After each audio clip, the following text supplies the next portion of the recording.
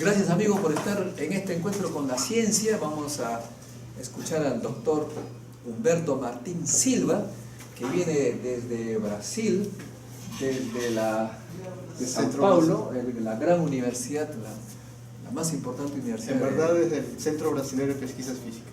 Ah, pero también São Paulo. El Centro Brasileño de Pesquisas Físicas, pues el más grande centro de investigación de física y uno de los más grandes de América Latina. Humberto Martín Silva nos va a contar en primer lugar en 4 minutos, antes de empezar a hablar sobre el tema que es láser de electrones libres, una cosa impresionante que me impresionó en todo caso, como le decía, en los años 80, que querían hacer un método para bajarse las cabezas nucleares, ¿no? Una cosa que la guerra de galaxias, ¿no? La guerra de galaxias. Hoy ya no habla mucho de eso, pero él es experto del tema. Lo que yo quería pedirle es que en 3 minutos, antes de entrar al tema, nos diga cómo él obtuvo la beca, el sustento para estudiar en ese gran país, para que le sirva de guía a los alumnos, ¿sí? Por favor, un aplauso para él.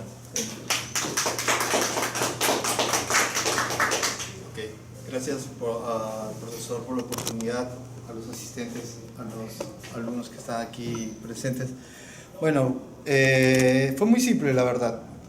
Lo que principalmente hice fue dar una prueba, ¿no? Que la ofrece el Centro Brasileiro de Pesquisas Físicas, y el contacto que tiene el centro, el CBPF, que son las siglas del Centro Brasileño de Pesquisas Físicas, fue con un profesor de San Marcos, ¿no?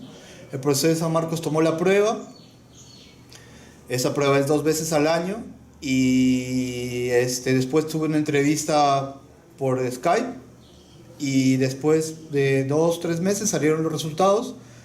La prueba fue, obviamente la prueba que di fue una prueba escrita sobre los temas de... Ya no es necesario. Ya no necesitas. Bueno, la prueba fue básicamente sobre 4 temas fundamentales, ¿no? Mecánica, electromagnetismo, cuántica y estadística, ¿no? Son los 4 temas que aborda la prueba, ¿no? Como les dije, di la prueba en San Marcos con este profesor. La prueba fue faxeada, después una entrevista, y después pues los resultados y la invitación de ir en principio ir a Río de Janeiro, que es donde queda el CBPF, y hacer una maestría, ¿no? Lo primero que hice yo fue hacer una maestría antes de hacer un doctorado, ¿no?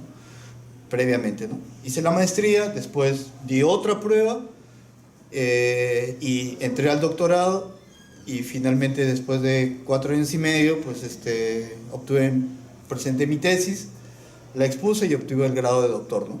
Eso fue básicamente lo que ¿Quién te pagaba? El gobierno de Brasil pues ofrece una beca para todos los estudiantes de posgrado, ¿no? Dado por el Ministerio de Ciencia y Tecnología, que dicho de paso ya desapareció, y es una beca que en principio fue para una maestría, que es una cantidad menor, y después ya sube cuando estás en el doctorado y es una cantidad mayor, ¿no? Alrededor de ahora creo que está como alrededor de unos 3.000 soles, 2.500 soles, una cosa así. Creo que está, no sé cuánto estaba.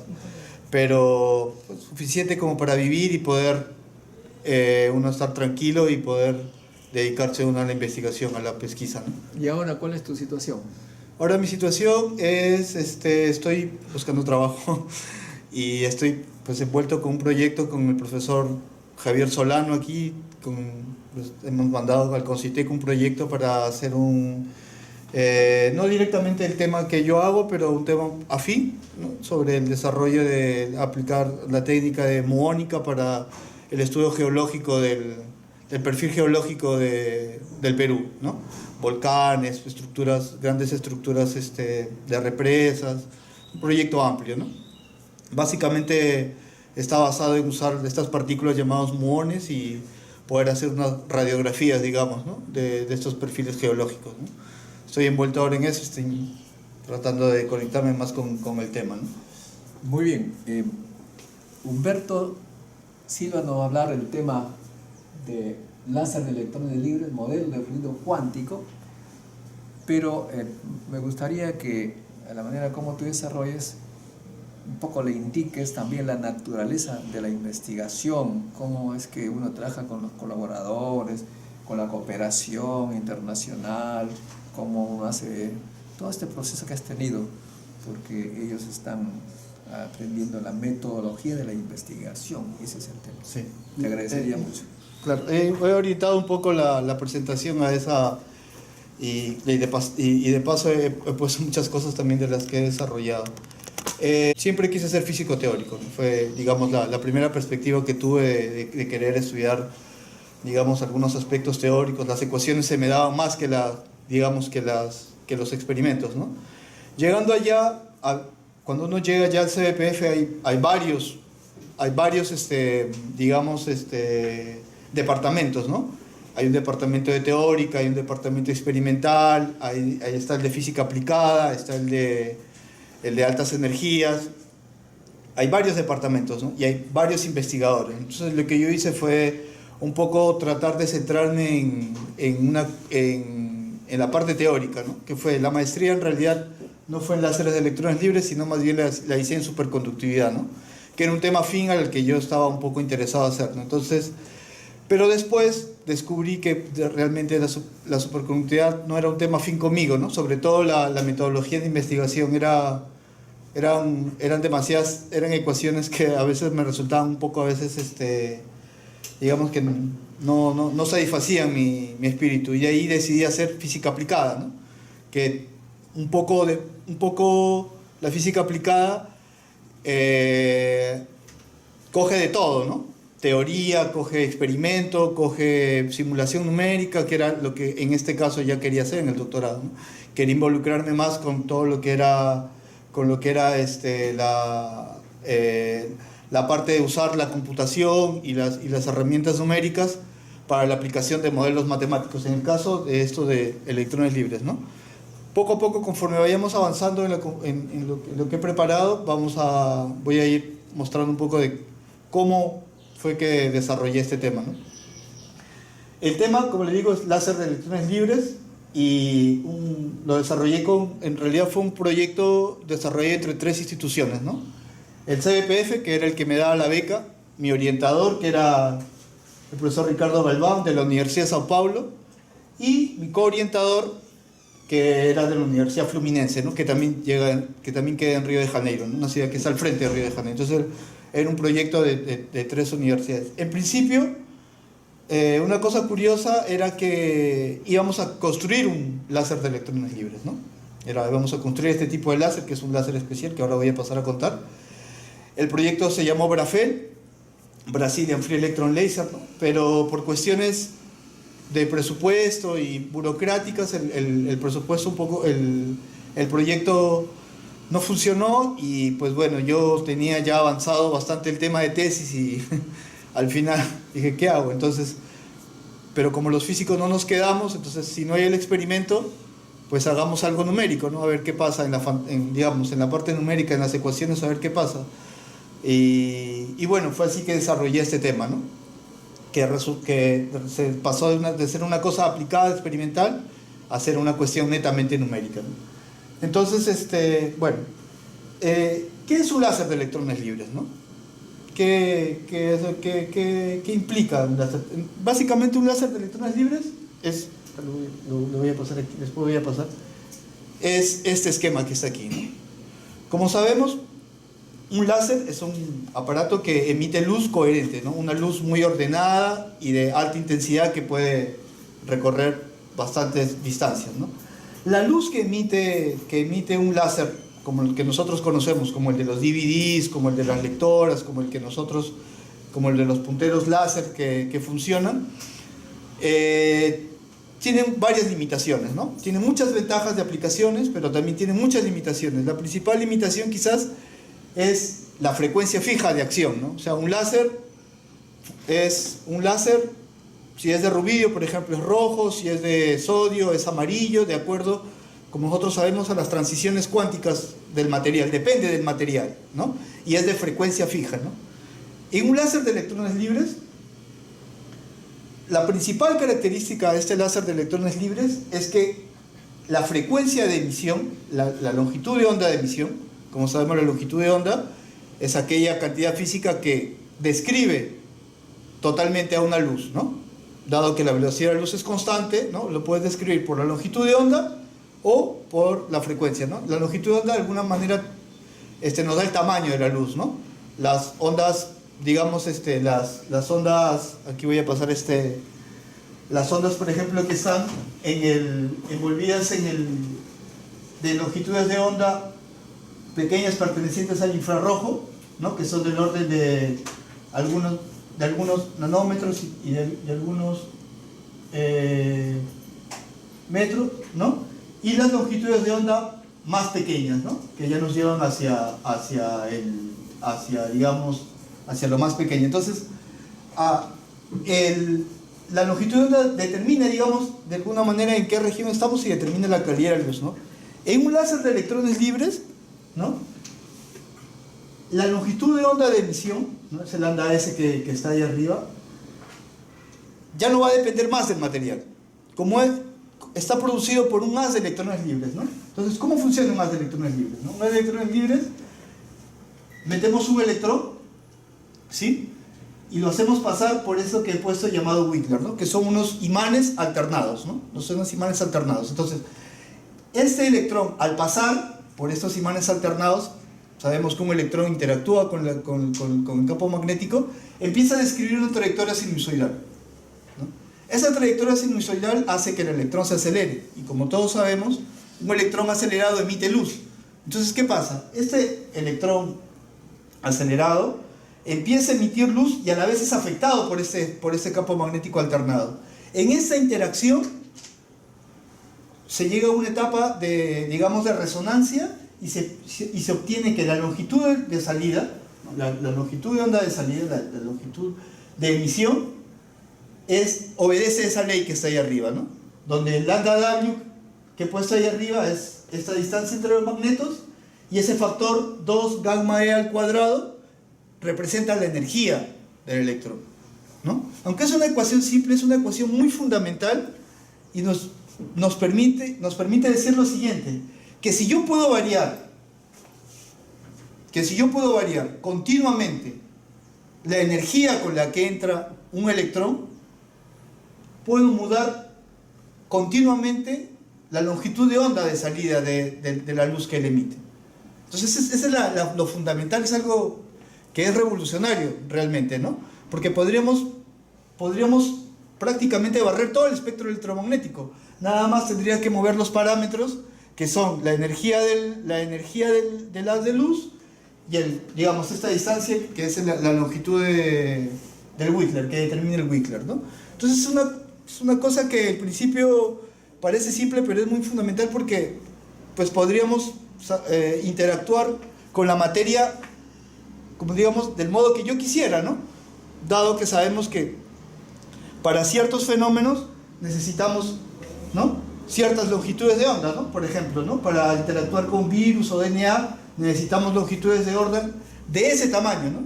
Para poder interactuar con cosas muy pequeñas necesitamos luz que también sea muy pequeña, ¿no? Entonces, prácticamente lo que un free electron laser podría hacernos, llevarnos, en ese sentido, es abrirnos las puertas al mundo ultra pequeño y al mundo ultra rápido, ¿no?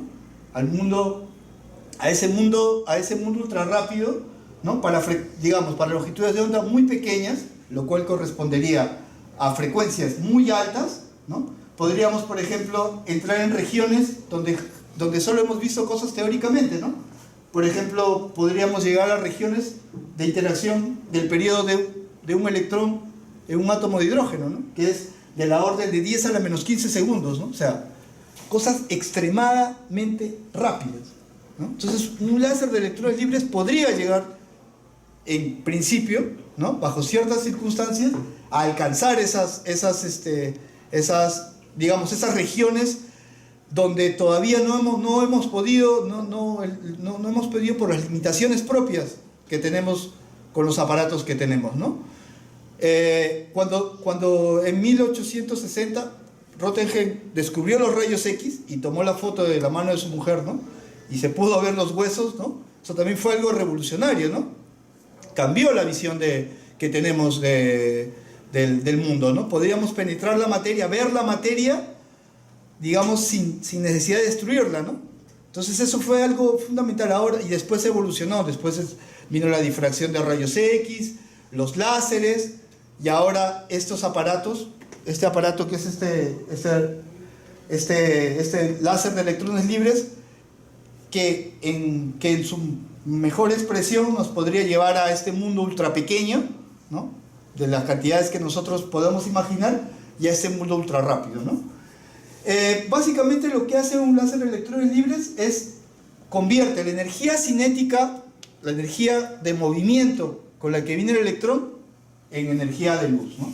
El electrón es inyectado con cierta energía y lo que vamos a emitir es luz, ¿no? Es básicamente un aparato que convierte energía cinética en energía lumínica, ¿no?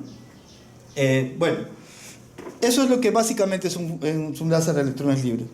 Ahora, pero ¿cómo es que se logra este láser, ¿no? ¿Cómo es que? Porque no siempre se puede lograr láser. Si yo tengo un electrón acelerado, no siempre voy a poder crear, digamos, emitir luz coherente, ¿no? Como sabemos, la luz coherente es aquella luz de láser que, digamos, anda, ¿no?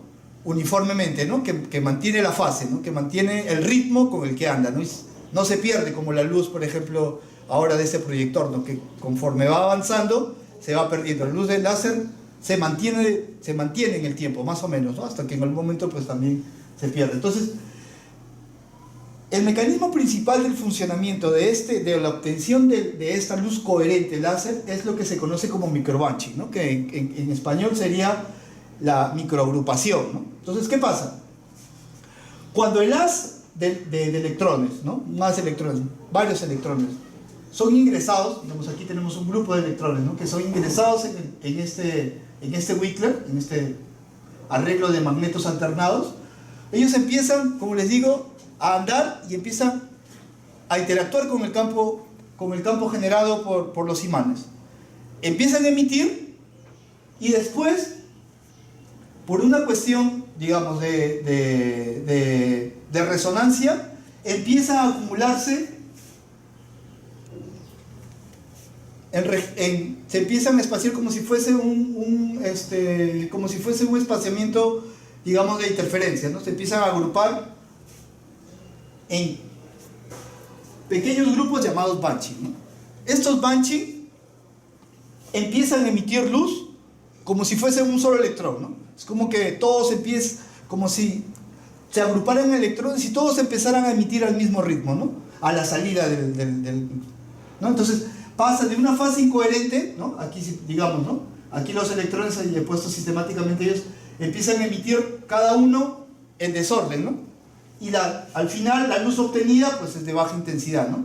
Pero cuando todos ellos empiezan a ordenarse y a formar esos bunching, estos microbunching en realidad, entonces la luz que ellos emiten, todas van a estar en fase.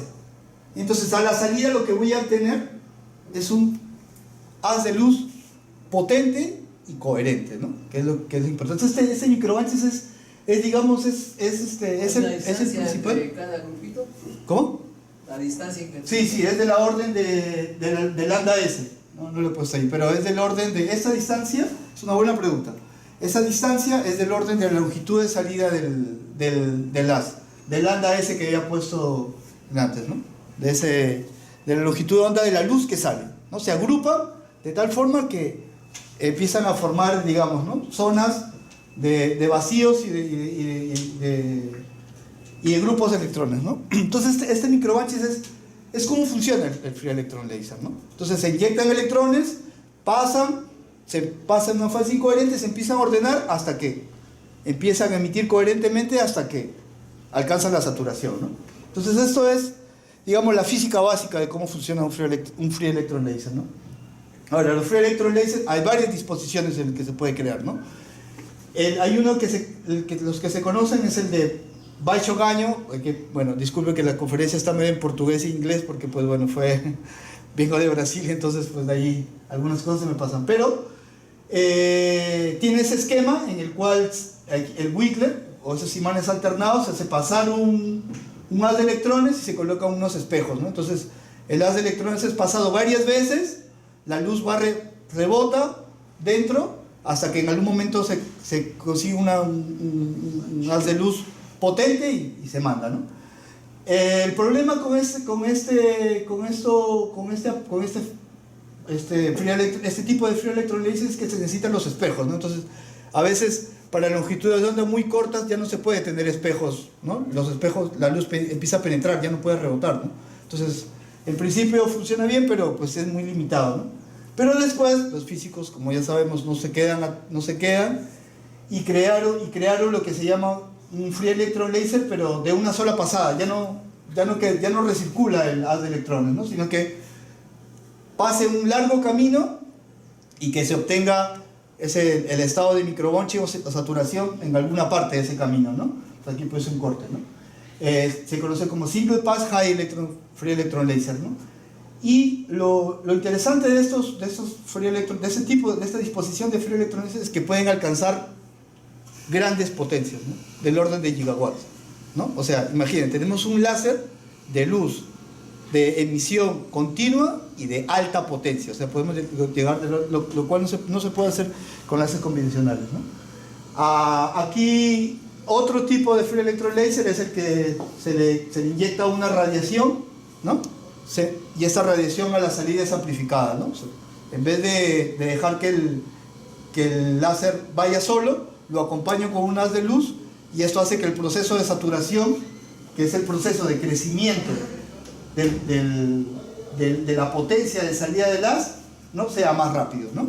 Se alcanza, ¿no? Desde esta fase incoherente hasta esta fase que es la formación del bunching y la saturación.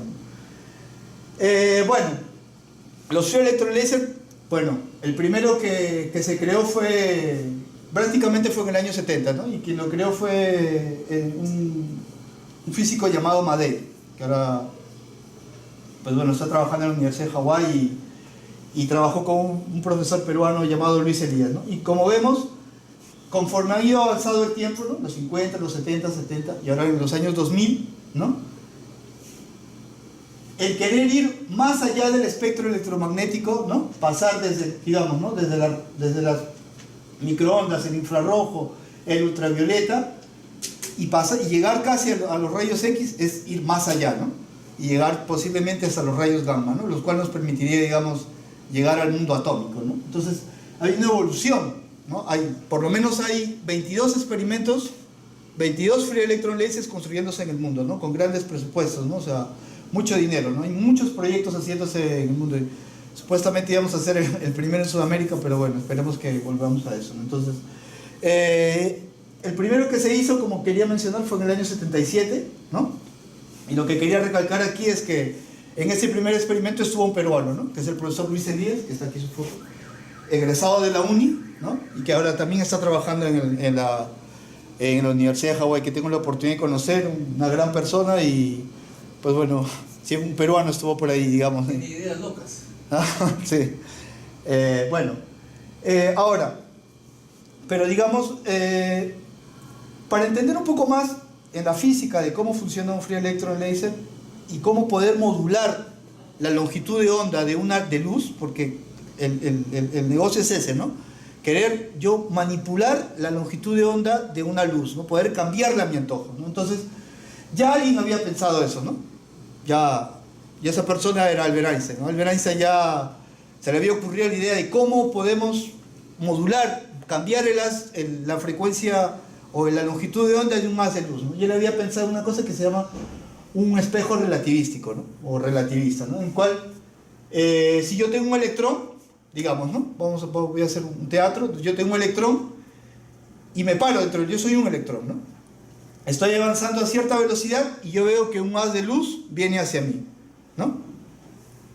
Entonces ese haz de luz, ¿no? Sabemos por corrección de efecto Doppler relativista, esa longitud de onda que yo vería estaría corregido por el factor relativista, ¿no?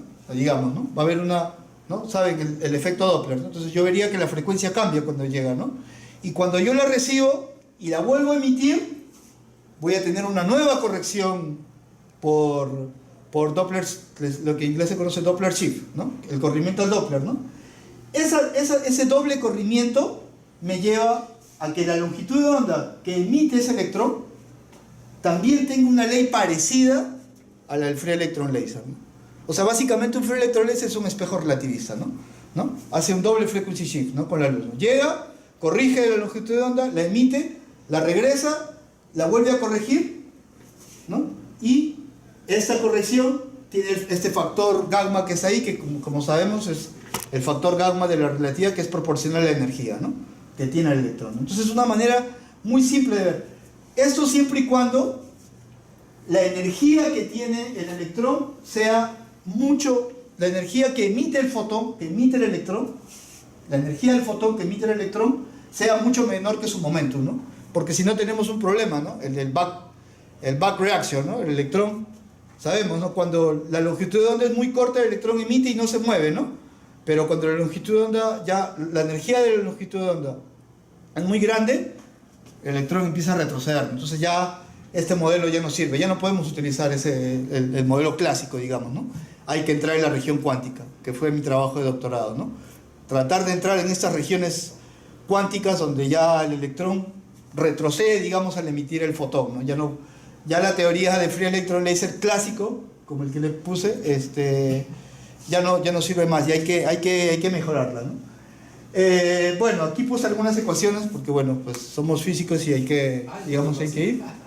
Y entonces, solo las dos primeras ecuaciones son las ecuaciones correspondientes a un electrón, conocidas como las ecuaciones de Maxwell-Lorentz, ¿no? La fuerza de Lorentz, alguno puede reconocer, y la otra es la ecuación de la energía, ¿no?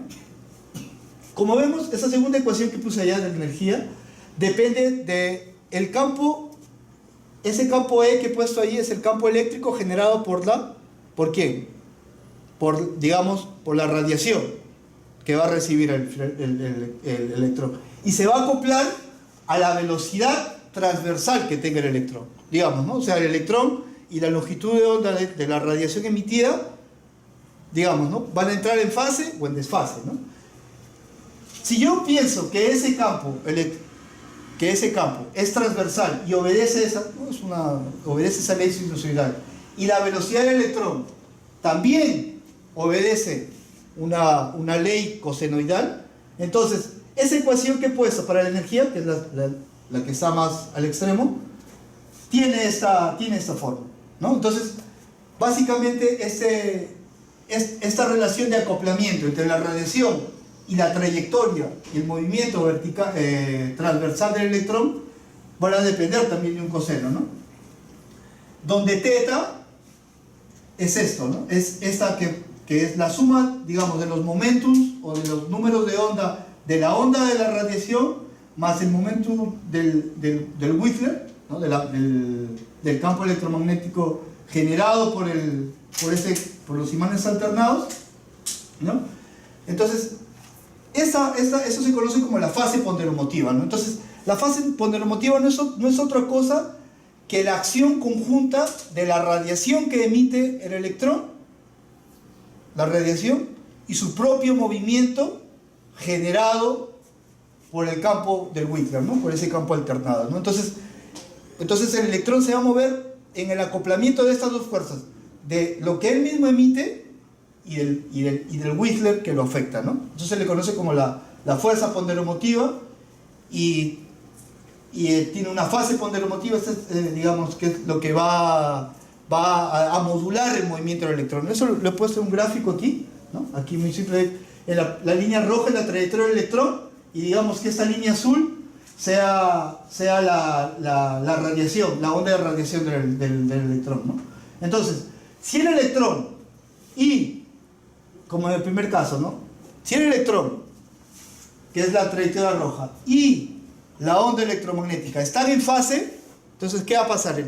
Digamos, el campo eléctrico de la radiación va a empujar al electrón, le va a dar energía, y va a perder energía a la onda.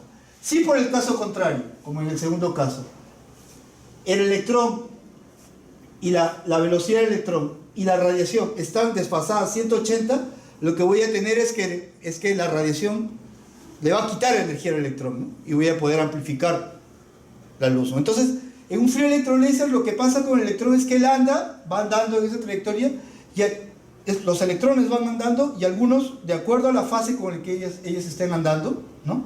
O ganan energía o pierden energía, ¿no? Si están en fase, ¿no? Si la fase es como la primera, pierden energía y retroceden, ¿no?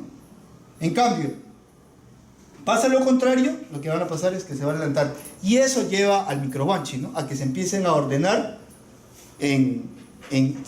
espacialmente, ¿no? Eso es lo que lleva, este acoplamiento es lo que lleva digamos, a la formación del microbanching, ¿no? Que es importante, ¿no?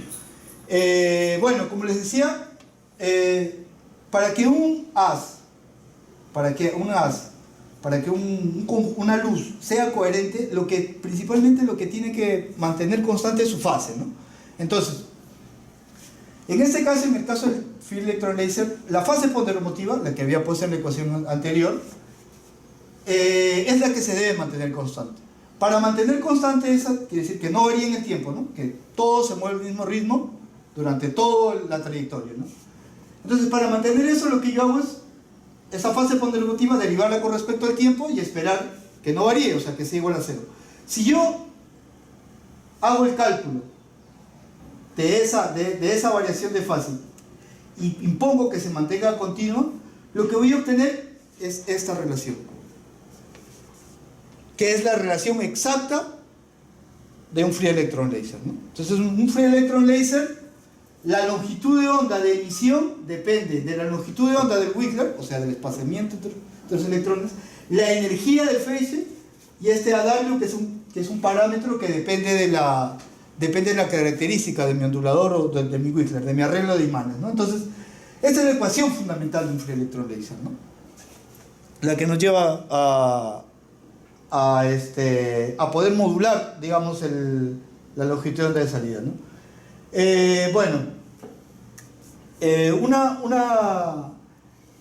Una forma de también ver al free electron laser es a través del espacio de fases, ¿no? En que, pues bueno, se puede demostrar que en realidad un electrón dentro de un free electron laser lo que hace es comportarse como un péndulo, ¿no? Él gana energía, después vuelve a perder y entra en esa fase, ¿no? Como si fuese un péndulo, ¿no? Gana como si fuese un péndulo que sube y baja, ¿no? Sube y baja, ¿no? Entonces, si yo tengo electrones inyectados, ¿no? Este es un espacio de fase, aquí está la velocidad y aquí está la fase del electrón, ¿no? Si yo coloco un número de electrones, digamos que esté un poquito por encima de la energía de resonancia del sistema, ¿no? Entonces lo que voy a tener es que algunos electrones de ese conjunto, debido a su fase, algunos van a ganar y otros van a perder, ¿no? Algunos se van a acoplar con la onda y otros se van a desacoplar. Entonces, en ese juego de desacople y acople, cuando pasen, digamos, por el Wigler, entonces, para poder ganar, lo que yo necesito es que más ganen que los que pierdan, ¿no? Entonces, para eso necesito que, digamos, que yo inyecte energía a ese electrón con un poquito más encima que la energía de resonancia del sistema, ¿no? Correspondiente digamos, ¿no? al arreglo del microbanching, ¿no? Entonces eso me llevaría a que yo podría amplificar la onda, ¿no? Tendría más electrones, o digamos, ¿no? Más electrones que pierdan energía que los que ganan, disculpen, ¿no? Y bueno, entonces es una visión un poco más simplificada de lo que se tiene en free electron laser, ¿no? Ahora, estos free electron laser tienen varios detalles, ¿no? Son aparatos súper sensibles, ocurren varias cosas, ¿no? Por ejemplo, la onda electromagnética que ellos emiten a veces avanza más que el electrón. Eso es un problema realmente porque pues, el electrón tiene que estar, el haz de electrones tiene que estar totalmente cubierto por la radiación, pero como la radiación anda más rápido que el electrón, entonces tenemos un desfasaje, eso da un problema también, ¿no? Ahora, hay otros detalles como la longitud de cooperación, la longitud de ganancia, que si, digamos, conforme ese bunching se va formando, lo que yo necesito es que ese bunching, esa formación de electrones se mantenga, ¿no? Pero los electrones no todos interactúan en conjunto, ¿no? Entonces, digamos, hay limitaciones debido a la naturaleza del electrón, ¿no? Entonces esas limitaciones llevan a varios problemas, ¿no? Porque, digamos, ¿no? Como nosotros hemos visto, la misión es llegar a longitudes de onda más pequeñas, cada vez más pequeñas, ¿no? Entonces, pero llevar a longitudes de onda más pequeñas, que esto sea más pequeño, que aumente la energía o que baje esto, para poder obtener longitudes de onda más pequeñas, porque yo quiero llegar a longitudes de onda más pequeñas. Pero si yo aumento la energía del electrón, tengo muchos problemas, ¿no? Es muy difícil manejar electrones energéticos, ¿no? Los free electron lasers empiezan a dejar de funcionar de manera óptima, ¿no? Entonces, para eso, a alguien se le ocurrió que en vez de usar estos arreglos de magnetos, utilicemos una onda electromagnética, ¿no? Y lo que se conoce como Whirler óptico, ¿no? Que fue lo que yo usé en mi tesis, ¿no? ¿Alguna pregunta hasta aquí? ¿Alguien tiene alguna duda? ¿Algo que no haya entendido? Entonces, bueno, sigamos. Digamos, entonces, ya he explicado lo que funciona un free electron laser. Es una máquina que genera luz coherente de frecuencia modulable y continua, ¿no? Básicamente eso, ¿no? Y que funciona muy bien si es que el fotón emitido es de poca energía comparable con la energía que tiene, digamos, el electrón, ¿no? Mi trabajo de tesis doctoral fue precisamente querer llegar a considerar esa emisión de un fotón energético, ¿no? ¿Qué pasa cuando ya el fotón que emite es de alta energía, ¿no? Porque sabemos la energía de un fotón depende de su frecuencia, ¿no? Y es inversa a la longitud de onda, ¿no? Cuanto menor longitud de onda, es más energético. Entonces, cuando yo quiero llegar a regiones de rayos X, rayos gamma, que son regiones de longitudes de onda ultra pequeñas, entonces ya el momentum del fotón emitido ya no es más despreciable. Hay que considerarlo. Entonces, los efectos cuánticos ya empiezan a notarse, ¿no? Entonces, ¿cómo es que entonces yo empiezo a trabajar en ese nivel, ¿no? Eso fue lo que realmente fue mi trabajo de tesis, ¿no? Explorar esta región del free electron laser, ¿no? Entonces, para eso planteamos un nuevo modelo, ¿no? Ya el modelo de microbunching ya no nos servía más. ¿Por qué? Porque la longitud de onda era muy pequeña. Ya no se podían formar estos macroelectrones, ya, porque la longitud de onda era tan pequeña que ya no se puede poner más de un electrón en longitudes de onda muy pequeña. La formación ya se hace, digamos, prácticamente casi el tamaño del electrón. Claro, casi el tamaño del electrón y el pozo potencial que se crea, ¿no? En estos microbunching. Entonces, lo que con la ayuda de la profesora planteamos fue crear un facio de electrones, como un haz de electrones, que interactúe con una onda electromagnética a modo de Wigler, a modo de campo alternado de electrones, y que obtengamos una radiación emitida, ¿no? Eso fue lo que nosotros tratamos de modelar, ¿no? De ver qué es lo que pasaría en estas condiciones, ¿no? Y como ya no podemos más pensar en los electrones como partículas, porque ya no se pueden acomodar electrones dentro de estas longitudes de onda muy pequeñas, ¿no? Entonces, lo que se planteó fue crear en vez de eso un modelo de fluido, que más bien ya no sean partículas individuales, sino que este haz de electrones empiece a actuar como si fuese un plasma de electrones que actuasen ya en conjunto, ya que ya no fuesen estas partículas que forman macroelectrones que emiten, ¿no? Entonces, eso fue el modelo que nosotros planteamos para solucionar este problema del backscattering y de estas regiones de comprimentos de onda muy cortos, ¿no? Hubieron varios modelos, ¿no? Que quisieron también abordar, es más, se aborda todavía este problema, ¿no? Hay varios físicos notables que han querido abordar este tema con varios modelos matemáticos, físicos complicados, usando teorías de campo cuántico, teorías mixtas. En este caso nosotros lo que nosotros hemos planteado, ya que somos físicos aplicados, es utilizar un modelo de fluido, ¿no? Los modelos de fluido son muy prácticos. ¿Por qué? Porque ya no tenemos que pensar en partículas, ¿no? Porque saben que simular partículas, ¿no? es difícil. Las densidades de estos haces de electrones son de orden de 10 a la 20, 10 a la 22. Entonces meter eso en una computadora, aquí está César que puede decir lo que es meter tantas partículas, es difícil, son muchos cálculos, ¿no? Interactuando, son muchas ecuaciones. Entonces los modelos de fluido de alguna manera son alternativos, ¿no? A esos modelos de partículas. Ya no tenemos que lidiar con posiciones de partículas. Simplemente un fluido está determinado por su velocidad y por su densidad, ¿no? Es más fácil, más práctico, ¿no? Y se obtienen buenos resultados. De hecho, tuvimos resultados inesperados en este trabajo, ¿no? Bueno, entonces a partir de ahora es lo que yo hice en mi trabajo doctoral, ¿no? Es lo que yo, en mi tesis, ¿no? Es estudiar el free electron laser y el haz de electrones modelado por un fluido cuántico y interactuando con una radiación electromagnética clásica, ¿no? Con la radiación que nosotros conocemos. ¿Cómo hicimos esto? Simplemente partimos de un principio de conservación de energía. Utilizamos un método que se llama la cuantización geométrica, que es simplemente hacer un cambio de variables sobre, como sabemos, en mecánica cuántica, ¿no?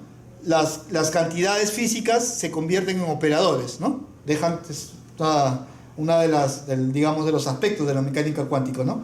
La posición ya no es la posición, sino es el operador posición, el operador momento.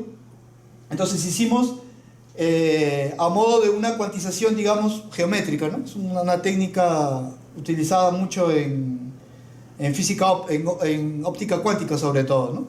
Que fue utilizar asociar a la energía ese operador y al momento de ese operador. Con esto, ese cambio de variables fue llevado a la ecuación de Schrödinger y obtuvimos esa ecuación que se ve todo complicada, ¿no? Donde ahora esa función phi es la función, digamos, de onda asociada al electrón, ¿no? Pero de modo que si el cuadrado de esa función de onda, como sabemos, en mecánica cuántica el cuadrado de la función de onda me da ¿qué? La probabilidad de que un electrón se encuentre en ese estado, ¿no? En este caso, no. En este caso vamos a plantear que la probabilidad del cuadrado de esta función de onda sea la densidad de electrones, ¿no? O sea, que todos los electrones están como en un estado coherente, emitiendo, y que el cuadrado de esa función de onda, de ese gran conjunto de electrones, sea precisamente la densidad de electrones, ¿no? Esto es una propuesta muy usada también y válida, ¿no? Este campo B aquí que vemos es, digamos, el campo es el que va a llevar la información de la fuerza, ¿no? De la fuerza ponderomotiva de la radiación y de la propia fuerza de Wigler, ¿no? Entonces es una ecuación tipo Schrödinger. Ahí está medio complicada, pero ahorita se va a simplificar más. Lo más interesante de esta ecuación, después de que despreciamos los términos transversales, porque básicamente un free electron laser es un modelo unidimensional, básicamente es un modelo unidimensional. Eso es lo interesante del free electron laser, es que básicamente solo se mueve una dimensión, y el que los efectos transversales pueden ser muchas veces despreciados, obteniendo resultados importantes, ¿no? Esto es en física hay muchas veces uno se encuentra con esos límites y tiene que saber dónde cómo ajustar tu modelo a lo que tú necesitas, ¿no? Eso es algo a veces muy importante. Lo más interesante es que esta ecuación que nosotros obtuvimos, que es la ecuación que estoy presentando ahí, es muy similar a la ecuación obtenida por la teoría cuántica de campos, que es una teoría muy complicada que trata de determinar el comportamiento de las partículas y la radiación, ¿no? Y es más, la radiación como un cuerpo cuántico, ¿no? Entonces, digamos que este modelo de fluido simplificado es equivalente, hemos encontrado que es equivalente al modelo planteado por esta teoría, la teoría cuántica de campos, que es un modelo muy complicado y que de alguna manera pues, es sorprendente, ¿no? Como una física simple puede también responder problemas muy fundamentales, ¿no? No necesariamente necesitamos hacer grandes ecuaciones para poder describir un fenómeno, ¿no? Sino hace falta un poco de maña nada más y de entender y quizás plantear las cosas desde otro punto de vista, ¿no? Bueno, esa ecuación de Schrödinger, la que había puesto, que es una ecuación de Schrödinger, como nosotros vemos, ¿no? Y de todas las formas de ecuación de Schrödinger, ¿no? Lo que nosotros volvimos a hacer para darle la característica de fluido fue hacer lo que se llama una transformación polar sobre la función de onda, ¿no?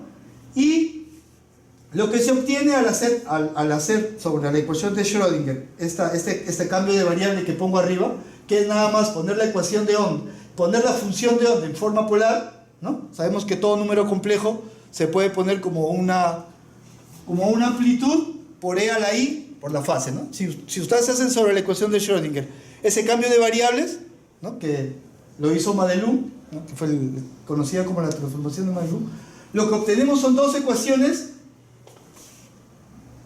Una es la ecuación de conservación, como es una ecuación de conservación, que es la ecuación de un fluido, y la otra ecuación es una ecuación tipo Navier-Stokes, que es la ecuación que describe un fluido. Pero lo interesante, y lo más interesante de este modelo, lo que yo creo, es que si nosotros vemos esta es la ecuación de un fluido, que es básicamente la ecuación de Newton, ¿no? Para un fluido, el potencial debido a la interacción y este término que he pintado azul, que solo contiene a este término, H. Como recuerdan, en el Free Electron Laser clásico... 7 minutos. ¿Cuánto? 7, ya. Como recuerdan, en el Free Electron Laser clásico era difícil incorporar los efectos cuánticos, ¿no? Pero con este modelo nosotros podemos incorporar el efecto cuántico. Entonces, los efectos cuánticos en mi modelo están llevados por este potencial, conocido como el potencial de Bohm. Ya he estudiado muchas veces por la mecánica cuántica, ¿no? La mecánica cuántica tiene varias interpretaciones, y una de las interpretaciones de la mecánica cuántica es esta interpretación de fluido, ¿no? Que precisamente hace que pareciese que separase la parte clásica de la interacción y la parte cuántica, ¿no? Esto es algo realmente sorprendente, ¿no? Ahora, ese haz de electrones tiene una estructura, son electrones, entonces hay que saber modelar cómo va esta estructura, cómo es que eléctricamente se comporta este haz de electrones, y para eso nosotros toda esa información eléctrica, digamos, del electrón es llevada por este potencial, ¿no? Que es una ecuación de Poisson, que es la ecuación clásica de un potencial electrostático, ¿no? Entonces, nuestro haz de electrones va a ser descrito por un modelo de fluido cuántico andando a velocidad relativista en interacción con la fuerza ponderomotiva y con un término que llaman potencial de plasma, que va a contemplar toda la estructura, digamos, eléctrica de este haz de electrones, ¿no? Más un potencial cuántico, ¿no? Eso es básicamente el modelo que nosotros planteamos, el modelo que se hizo está basado en eso, ¿no? De eso se trata el modelo de fluido cuántico, usado para varias cosas, ¿no? La radiación que emite este fluido, pues bueno, va a ser tratada clásicamente, ahí he puesto, pues, es la ecuación de Maxwell para una onda, ¿no? Donde AS va a representar el campo de la radiación y AW el campo del Wickler, ¿no? Y ese J perpendicular que he puesto ahí, ¿no? Es la corriente transversal de electrones, ¿no? Que como se puede demostrar, esa velocidad transversal que va a llevar ese fleche de electrones va a depender directamente de los campos electromagnéticos, ¿no? Si estas dos ecuaciones, ¿no? Estas ecuaciones son acopladas, voy a poner más adelante, ¿no? Y llevadas a cabo, ¿no? Lo que yo voy a obtener es un conjunto de 4 ecuaciones, ¿no? Estas ecuaciones, esta ecuación para la radiación, ¿no? Que acaba siendo la ecuación de onda de Maxwell, acaba siendo esta ecuación, es acoplada a la ecuación del fluido cuántico. Lo que yo obtengo son 4 ecuaciones, ¿no? Estas 4 ecuaciones. SP va a ser, ahora la primera ecuación es la ecuación para el fluido, esta es la ecuación del potencial de plasma, la ecuación para la amplitud de la radiación y la ecuación para la fase de la onda, ¿no? Son 4 ecuaciones que nosotros encontramos en todo este modelo, ¿no? A la larga, lo que los físicos hacemos es encontrar ecuaciones, ¿no? Es un sistema de ecuaciones altamente no lineal, ¿no? Como nosotros podemos ver, ¿no? Las variables introducidas son P, que representa la densidad, Phi, que es el potencial de plasma, que lleva la información eléctrica a la amplitud, y esa fase Phi, que es, digamos, la fase que lleva la onda electromagnética. Entonces, es un sistema, como les digo, altamente no lineal, entonces no puede ser resuelto analíticamente, ¿no? No podemos sacar una forma, es de esta forma, o Phi es de esta forma, o la densidad de electrones es de esta forma. Entonces, ¿qué se hace cuando cuando no podemos resolver analíticamente? Numéricamente. No nos quedamos ahí. No, ahí no acabó la tesis, ¿no? Entonces, lo que hay que hacer es resolver numéricamente. Pero como este es un sistema altamente no lineal, ¿no? Entonces, es muy sensible a los parámetros que nosotros cambiemos, ¿no? A la energía que le pongamos, a la densidad de electrones inicial que pongamos. Entonces, ¿cómo resolvemos un sistema que es altamente no lineal? Entonces, lo que nosotros hicimos fue estudiar las soluciones de todo ese sistema en un espacio de fases, ¿no? Entonces, hemos resuelto las ecuaciones. Este diagrama es la intensidad de la luz, que es proporcional, esta intensidad de la luz, ¿no? Que he puesto cada color de ese diagrama de colores representa la intensidad de luz de salida. Entonces, los azules son menos intensos y cuando soy más rojos son más intensas, ¿no? Y estos son los parámetros usados. Este parámetro se conoce como el de tuning, que es, digamos, la diferencia entre la energía del electrón y la energía de resonancia del sistema, y esta es la fase de entrada, ¿no? Son 2 parámetros de estas ecuaciones, ¿no? Digamos, son las condiciones iniciales, ¿no? Del sistema. Entonces, hemos resuelto el sistema variando continuamente las condiciones iniciales de mi sistema, para ver qué pasa, ¿no? Como son altamente no lineales, entonces voy a ver qué pasa si varío los parámetros, bajo qué condiciones, si yo modulo estos 2 parámetros, voy a obtener qué tipo de solución, ¿no? Entonces, lo que nosotros vimos es que para fases de entrada que están, digamos, por el orden de pi medios o fuera de la fase pi, como vemos, la radiación es casi nula, ¿no? Del orden de 10, ¿no? Pero para valores de fase de entrada alrededor de pi y con este parámetro de tuning, que es del orden de 10 a la menos 4, aquí, de 3.47 por 10 a la menos 4, obtenemos una alta radiación. Fíjense que aquí, es importante, esta es la intensidad relativa. Esta es la intensidad del haz de luz que yo coloco, y esta es la intensidad de luz del haz emitido. Entonces, lo que yo puedo ver es que aquí el aumento es 10, aquí el aumento es 10 a la cuarta, aquí el aumento, y aquí el aumento puede llegar a 10 a la octava. O sea, yo puedo definitivamente amplificar un haz de luz de manera muy, muy, muy alta, ¿no? Entonces, esto fue lo que a nosotros nos llamó la atención, lo que fue, digamos, esto salió en una publicación, en una revista, encontrar estos resultados, que bajo estas condiciones podíamos encontrar esta gran amplificación de la onda, ¿no? Ahora, ¿cómo es que se lleva esta amplificación? Y aquí viene realmente lo más interesante.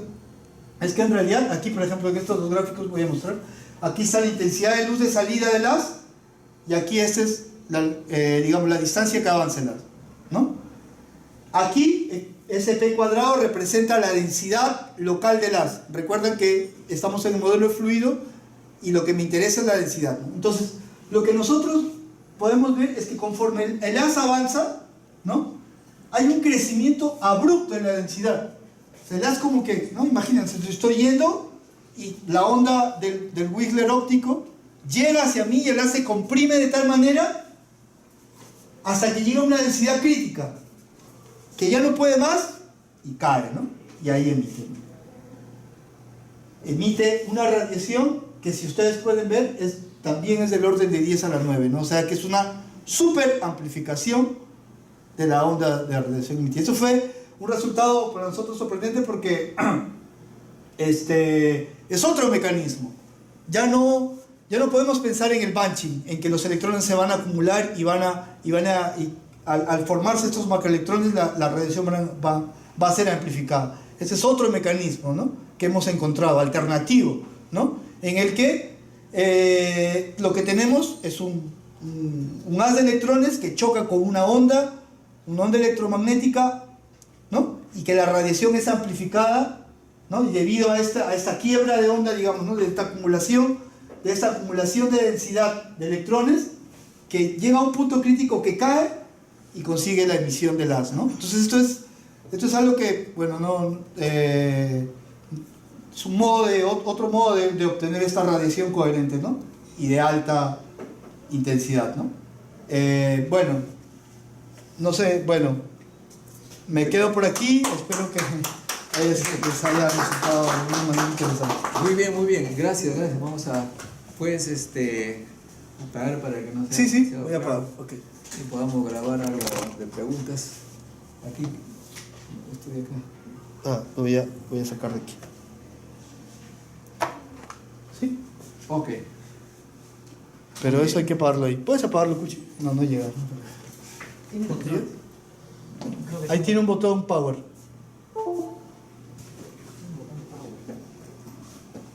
Ahí el más alto, puede ser, tú eres Mucho más alto. mucho más alto que yo.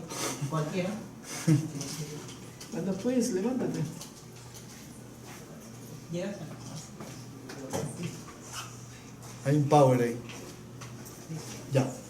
Muy bien, entonces aquí ahora sí. Es para las preguntas, jóvenes. ¿Tienen preguntas?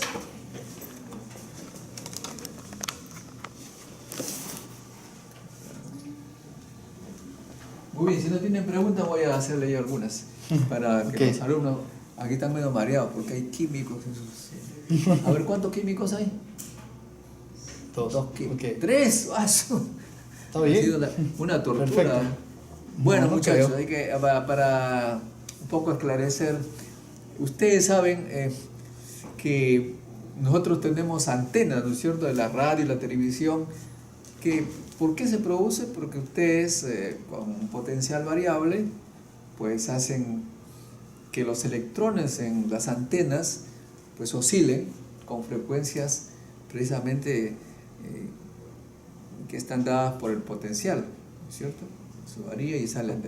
Pero en estos casos los electrones no están pues en alambres, sino que están libres. Sí. ¿Y cómo es que es posible eso? Porque se crean campos eléctricos y magnéticos que los hacen acelerar. Esto es lo mismo que ocurre, o algo similar que ocurre en el CERN, ¿no es cierto? Que allí se aceleran protones y a veces pues hay los campos eléctricos y magnéticos están ya como ondas que los hacen permanentemente acelerar. En este caso, como ha visto Martín, ha mostrado Martín, los campos eléctricos de alguna u otra manera y magnéticos están hechos para que se agrupen y los electrones produzcan estas ondas interesantes. Sin embargo, como dice Martín, eso tiene un límite porque no se pueden agrupar a distancias demasiado pequeñas, y allí pues viene la parte cuántica, ¿no es cierto?, que tú estás... Los efectos cuánticos comenzarían a ser notables, ¿no? Ahora bien, la pregunta que yo haría era, estas tecnologías, ¿qué aplicación está dándose en la práctica? Sí, claro. Bueno, todo el interés de estudiar los ferroelectroláser, como había mencionado, era poder precisamente tener láseres, digamos, de longitud de onda muy corta, ¿no? Entonces, ¿ya eso qué nos llevaría, no? Como había mostrado, bueno, quizás lo más interesante que pueda resultar es poder... Lo que más yo he visto que llama la atención es, por ejemplo, poder tomar fotografías de cosas muy rápidas, ¿no? como por ejemplo un proceso químico, la descomposición del ADN, la formación de una molécula cancerígena, ¿no? Porque ahora solo tenemos, digamos, ¿no? Puedo tomar una foto, pero se queda ahí, no puedo tomar fotos continuas, ¿no? Como estos láseres de luz son de variación muy rápida, entonces estos procesos químicos ultra rápidos pueden ser fotografiados, ¿no? Entonces lo que tendríamos a la larga sería, digamos, aunque no lo querramos, películas de reacciones químicas, ¿no? Podríamos ver cómo los electrones se van formando, cómo quizás los enlaces se van formando, como le digo, cómo sería la formación del ADN, ¿no?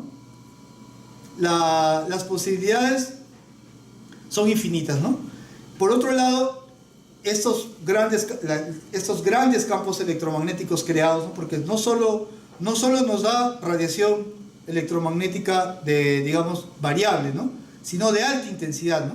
Podría llevarnos a acelerar electrones y quizás de alguna manera acelerarlos tantos que podríamos de repente simular un electrón en la periferia de un agujero negro, ¿no?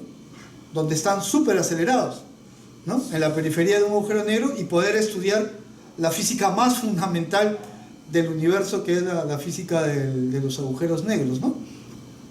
Sí. No, yo tengo una pregunta en relaciones más técnicas. ¿Qué tan costoso sería construir uno de estos? Ahora, esa es una pregunta también interesante. El problema con estos láser electrones libres es que requieren haces de electrones aceleradores, ¿no? Entonces los aceleradores. Entonces requieren aceleradores para poder llegar a energías relativistas, ¿no? Como vi, todas las ecuaciones que yo he utilizado son relativistas. Entonces las energías relativas son velocidades cercanas a la velocidad de la luz. Entonces, para acelerar un electrón, pues no sé, ¿Un síncrono nos resuelve la vida, por ejemplo? ¿Cómo? ¿Un síncrono nos resuelve la vida para esto? Sí, pero ¿para qué? ¿Para acelerar un electrón? Eso debe ser lineal. ¿Tendría que ser lineal? Tendría que ser lineal para poder entrar en la fase de... No, en principio podría ser un acelerador redondo, pero en la fase de interacción con el Wigler tiene que ser lineal, ¿no? Esa fase tiene que ser de la orden de kilómetros, ¿no? Orden de kilómetros. Claro, esa orden, para que alcance la saturación y la producción se produzca el microbanching y la radiación coherente, se requieren varios kilómetros, ¿no? Entonces, precisamente este modelo que yo he planteado, digamos, de alguna forma haría que no se necesiten estos digamos, caminos tan largos, ¿no? Sino que puedan ser hechos en caminos más cortos, ¿no? Digamos, salvando las situaciones técnicas, ¿no? Es un modelo teórico primario, de hecho, ¿no? Numérico. Todavía hay varias fases en las cuales digamos, hay que mejorar el modelo, ¿no? No es tan simple como eso, ¿no? Entonces, una cosa es, como dicen, pero con guitarra, y otra cosa con cajón, ¿no? Una cosa es hacer las cosas numéricamente, y cuando ya uno lleva el experimento, pues ahí hay que generar el haz, hay que ver que el haz, digamos, sea muy monoenergético, lo cual también es un problema, ¿no? Porque el haz, para que funcione el ferroelectron laser, el haz de electrones todos tienen que tener casi la misma energía, ¿no? Si el spreading del haz es muy grande, la coherencia se pierde del haz, ¿no? Entonces, eso requiere mucho dinero, ¿no? Inyectores de electrones, requiere estos Wiglers grandes, detectores, gente que trabaja en esto. Estamos hablando de cosas que, longitudes de onda, digamos, ¿no? Bien pequeñas. Estos son aparatos muy, muy precisos, ¿no? Entonces se requiere mucha técnica. Si ustedes entran a algunas páginas web, pueden ver la página hay una página del XFEL, ¿no? Que es un láser de electrones libres que trabaja en el orden de los rayos X. Ahí van a poder ver mucha información sobre todo lo que están haciendo, ¿no? Y hay uno construido, ese es el que se está construyendo en Europa, hay otro que se está construyendo en Japón, donde se han unido muchas empresas para poder crear este láser de electrones libres, ¿no? Y realmente son aparatos muy, muy, muy costosos, de gran envergadura sobre todo, ¿no? Ahora, desde el punto de vista de la investigación y la colaboración, en el grupo en el que tú has trabajado, ¿qué especialidades, qué tipo de profesionales trabajan? Bueno, básicamente lo que nosotros, la publicación que nosotros obtuvimos, que salió en una revista, fue un profesor de Portugal que trabaja en el Instituto de Física allá de Portugal, que pues, tiene un profesor Tito Mendoza, que es un excelente pesquisador, un monstruo de la pesquisa, sobre todo en lo que es interacción luz y electrones. Y trabajamos el profesor Galván, que fue mi orientador, ingeniero que después fue físico, ¿no? Mi coorientador que fue físico. Para hacer la simulación tuve que pedir el clúster del CBPF, ahí tuve que pedirle a un ingeniero de sistemas que pues bueno me ayude, ¿no? a implementar esta parte numérica para poder usar los clústeres. No es tan simple usar disculpen. De modo que ustedes notan que un trabajo de investigación necesita de diversas disciplinas, y uno como este que es gigantesco, pues hasta se necesita pues un ingeniero de sistema, un científico de la computación. Sí, varios. ¿Hay algún varios, científico de la computación acá? Por lo menos ahí le das chamba al pata. Sí, de hecho estoy interesado en aprender, ¿no? Ahí está. Sí, o sea, uno no es sabe, el tipo no sabe de con cuántas investigación personas que se interactuar. hace en el mundo desarrollado, de modo que ustedes, yo les aconsejo que apunten a ese tipo de investigaciones o se quedan a hacer películas delgadas ahí haciendo sus cositas. Los químicos igualmente tienen acá un gran futuro, no tal vez para desarrollar, sino utilizar estas técnicas que les permitiría resolver todas las incógnitas de las reacciones químicas, ¿no? Increíble, de modo que no crean que esto está muy alejado de los químicos. Dicho sea de paso, cuando inventaron este microscopio de fluorescencia, los físicos y químicos, ahora lo usan los biólogos para ver cómo se transporta la masa entre las células. ¿No? Que todos estos aparatos al final de cuentas sirven para todas las disciplinas. Y por supuesto acá también hay muchas matemáticas. ¿Hay matemáticos? No hay, bueno. Esta investigación entonces interdisciplinaria, como lo habíamos mostrado en la clase pasada, ¿no? Que ahora es así, interdisciplinaria. ¿Alguna pregunta? Bueno, si no hay más preguntas, un aplauso.